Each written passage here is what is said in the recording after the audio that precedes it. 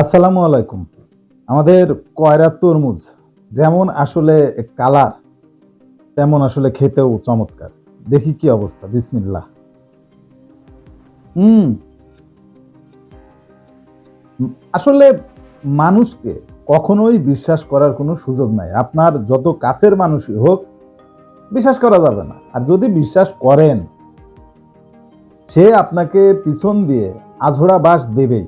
এটা একেবারেই পরীক্ষিত। মানে আমি শুধু নিজেও না, নিজে পরীক্ষিত সেটাও না।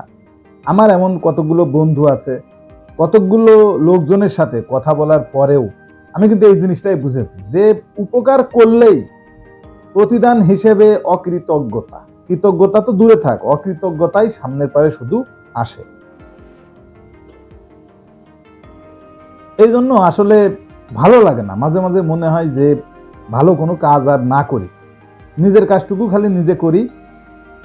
অন্যের জন্য চিন্তা ভাবনা করা, অন্যের ভালো কিসে হয় এইসব বাদ দিই। যতবারই করতে যাই ততবারই বাঁশ খাই, বাঁশ খাওয়ার পর একরকম থাকি, আবার ঘুরে ফিরে ওই বাঁশের ঝাড়ি নিতে চাই, অর্থাৎ আবারও ঘুরে ফিরে মানুষেরই উপকার করতে চাই। আসলে যাদের মন খুব স্পর্শকাতর, তারা কোনোভাবেই এটা মানে অ্যাভয়েড করতে পারে না। তারা যে কোনোভাবে ওই মানুষের উপকার করার চিন্তা ভাবনা বা এটা করতে যাবে, কিন্তু বারবারই সে দুঃখ পাবে, আবার বারবারই সে উপকারটা করতে যাবে। এখন আমার প্রশ্ন হলো,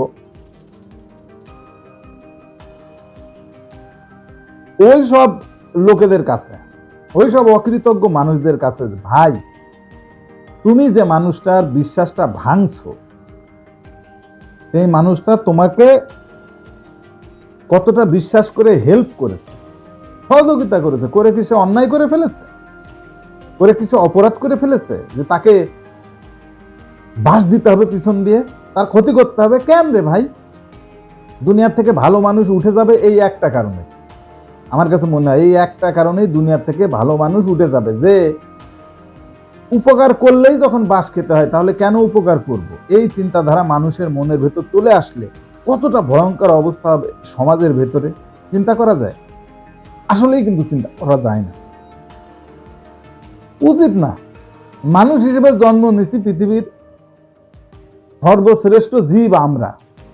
সেই মানুষ হিসেবে জন্ম নিয়ে একজন মানুষ আমাকে উপকার করলো, আর আমি তাকে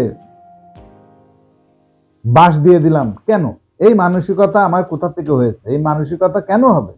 ভাইরে, আমারে যদি কেউ 1 টাকা দিয়ে উপকার করে, তার তার পিছনে তো 2 টাকা খরচ করতে হবে আমার।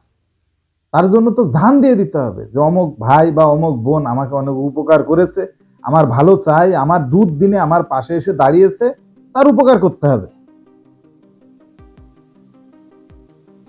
সেইটা না করে আমি আবার তার নামে ক্লিক লাগাচ্ছি আর একজনের কাছে, আমি আবার তার নামে বদনাম গাচ্ছি আর একজনের কাছে। যে মানুষটা আমাকে 2 দিন আগে উপকার করেছে, সেই মানুষটার নামে আমি বদনাম করছি, সেই মানুষটার নামে আমি গীবত করছি। কেন ভাই? কেন এই কাজগুলো কেন করতে হবে? কোন কারণে করতে হবে? এমনও আছে কোনো স্বার্থ নাই, তারপরও যে মানুষটা উপকার করেছে সেই মানুষটার নামেই উল্টাপাল্টা মিথ্যা প্রচারণা চালাচ্ছে। মিলাই নিয়েন। যারা ভিডিওটা দেখছেন, আমার যে ঘটনার কথা বলতেছি বা যে গল্প করতেছি, আপনার বাস্তব জীবনের সাথে যদি মিলে যায়, অবশ্যই সেটা কমেন্টসে জানাবেন।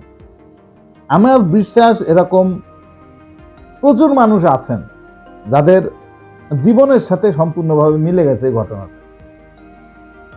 অনেকেই আছে উপকার করার পরই প্রতিদান হিসেবে সে অপকারিতা পায়। মানে ধন্যবাদ তো দূরে থাক, কিসের ধন্যবাদ? মানে এমন অবস্থা করে দেবে তার, যে আসলে তার তখন পথে ঘাটে চলাই দেয়, এমন একটা ব্যাপার। মানে ওই লোকটা উপকার করে কি বিপদে না পড়েছে। যাই হোক ভাই, একটা কথা মনে রাখতে হবে, যারা উপকার করে তারা কিন্তু কোনো কিছু পাওয়ার আশায় উপকার করে না, এটা মাথায় রাখতে হবে। এবং সে উপকার করছে, করে সে কিন্তু সওয়াব কুড়াইছে, এবং মানুষ হিসেবে তার মানসিকতা সে দেখিয়েছে। আর তুমি ভাই তার পিছনে লেগে তুমি যে একটা অমানুষ, পশু, জানোয়ার, সেইটার প্রমাণ দিচ্ছ। তা আমার কথা হলো যে ভাই, তুমি ওই লোকটার উপকার করতে পারো আর না পারো, ওই লোকটার পিছনে লেগো না, উপকার করার দরকারই নেই। অন্তত পক্ষে ওই লোকের নামে বদনাম গেও না, ওই লোকটার মানে ক্ষতি হয় এমন কোনো কাজ করো না। অন্তত পক্ষে এই কাজটুকু করলে পারেই যথেষ্ট। আর দরকার নাই, সে লোকটা তোমার উপকার করছে, তুমি উপকার নিছো, প্রতিদানে কোনো উপকারও করার দরকার নেই, কোনো অপকারও করার দরকার নেই।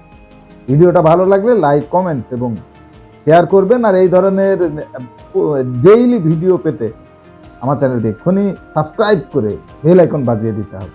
আজকের মতো বিদায়, দেখা হবে আগামী ভিডিওতে। সেই সময় পর্যন্ত সকলে সুস্থ থাকবেন, ভালো থাকবেন। আল্লাহ হাফেজ।